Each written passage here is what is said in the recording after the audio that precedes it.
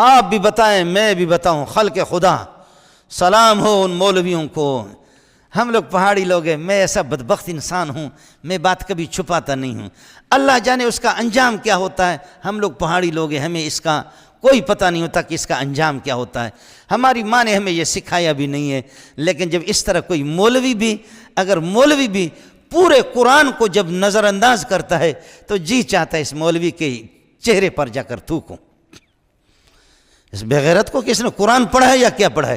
کل پرسوں سے ہمارے ججوں نے فیصلہ کر دیا، آپ نے دیکھا سابق پتہ نہیں صدر کہو کیا کہو اس کو، اس کے لیے فیصلہ کر دیا۔ اس فیصلے کے بعد اب پورے عوام خوش ہے۔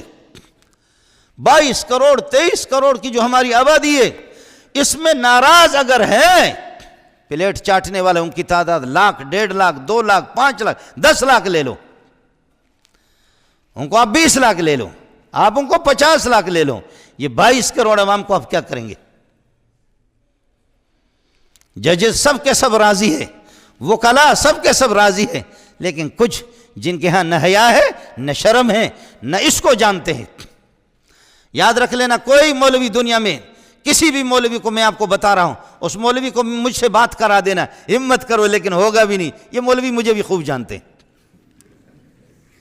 یہ مولوی مجھے خوب جانتے ہیں۔ ان کو بتا دینا کہ ظالم کے ظلم ثابت ہو گیا، قتل ثابت ہو گیا، غداری ثابت ہو گئی، اس کی سزا، اس کو سزائے موت بھی ہے، پھانسی ہے، مسئلہ رہ گیا کہ جی اس کو لٹکانا، یہ بھی اسی سے ثابت کر کے آپ کو دے دوں گا۔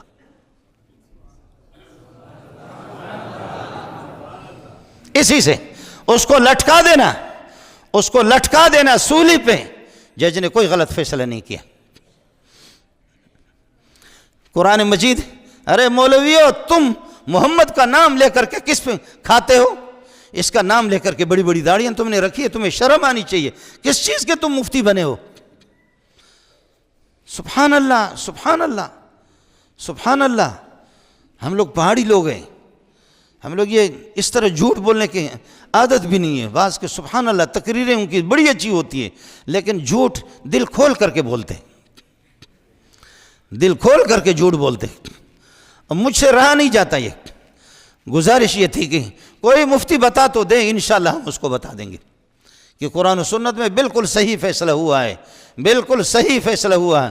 چلو اتنا تو ہو گیا، اتنا تو ہو گیا، اتنا تو ہو گیا کہ جن کو ہم لاکھوں کو ہم نے مارا، دہشت گرد، تمہاری مرضی ہے، جس کو بھی دہشت گرد کہہ کر کے اس کو مارو، ٹکڑے ٹکڑے کر دو۔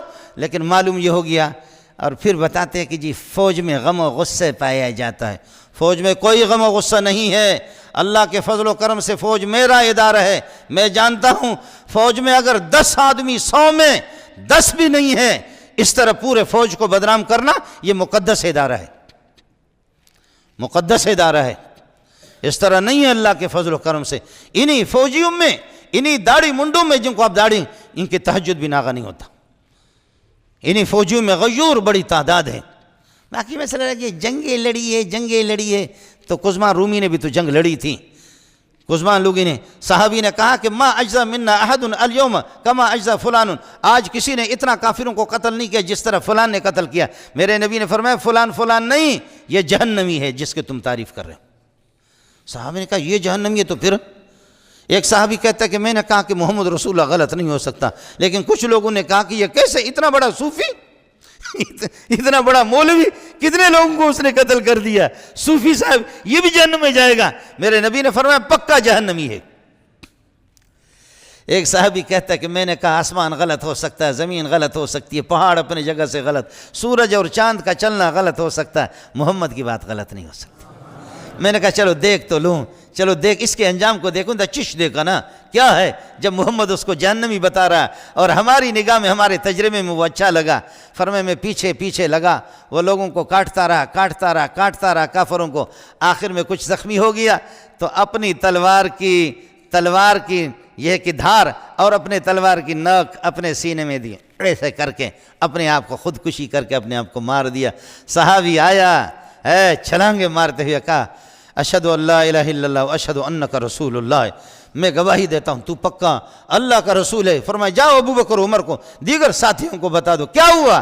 کہا حضرت نے آپ نے جو بتایا اسی طرح اس نے خودکشی کر کے اپنے آپ کو مار دیا۔ اور حدیث میں آتا ہے میرا بندہ جب خود اپنے آپ کو مارتا ہے، خودکشی کرتا ہے، اس پر میں نے جنت حرام کر دی۔ بات محمد کی صحیح نکل گئی، بات محمد کی صحیح نکل گئی۔ اس طرح نہیں ہوگا کہ کسی نے جنگ لڑی ہے یا فلانا مولوی صاحب ہے، فلانا مفتی صاحب ہے۔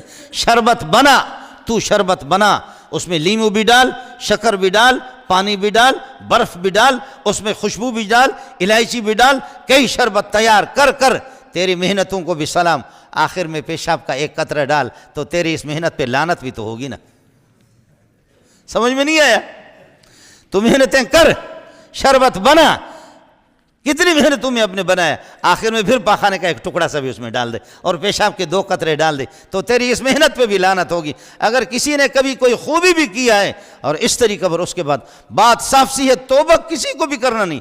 ابھی ہمارے مولوی بھی غلط تقریر کرتے ہیں، توبہ نہیں کرتے۔ ارے بابا غلطی ہو گئی، توبہ صاف، نبی سے ٹکر لے گا لیکن یہ نہیں کہے گا کہ مجھ سے غلطی، میں غلطی سے بالا تروں، میں تنقید سے بالا تروں۔ اور ہمارا کوئی بڑا آ گیا، اللہ آپ کا بھلا کرے، فلانا سردار صاحب ہے، فلانا میر ہے، فلانا صدر ہے، فلانا، اب تو صدر نہیں نا، اب تو فوج کی توہین ہی نہیں۔ جب وہ ریٹائرڈ ہو گیا تو کیسے کہتے ہو کہ فوج کی توہین ہے؟ اب تو وہ ریٹائرڈ ہو چکا ہے، اب تو فوج کی توہین ہی نہیں ہے۔ فوج کی توہین کہاں سے آ گئی؟ یعنی تم یہ کہتے ہو جو فوج میں لگا اسرائیل علیہ السلام کے آنے تک، یا من ربک من نبیوں کا قبر میں جو پوچھیں گے تو اسے کہو نہیں، فوج کی توہین ہو رہی۔ منکر نکیر کو کہہ دینا بابا ریٹائرڈ ہو گیا، مرنے کے بعد تو ریٹائرڈ ہو گیا نا، ریٹائرڈ ہوگا تو اسرائیل اور میکائیل کو، ان کو منکر نکیر کو بھی پکڑیں گے کہ تم فوج کی توہین کر رہے ہو۔ اللہ کی فضل سے میرے فوجی ایسے نہیں ہے، میرے ملک کے غیور فوجی ہے۔ میں نے عرض کیا کہ 100 میں شاید 1-2، اور سب کی ترجمانی یہ کرنا کہ جی فوج میں غصہ میں، کوئی فوج میں غصہ نہیں ہے، عوام میں بھی غصہ نہیں ہے۔ ہماری دعا ہے اللہ اب بھی توبہ کی توفیق نصیب فرمائے، اور اگر توفیق نہ دے تو جیسے میرے رب نے سامری کو عبرت کا نشانہ بنائے، اس کو بھی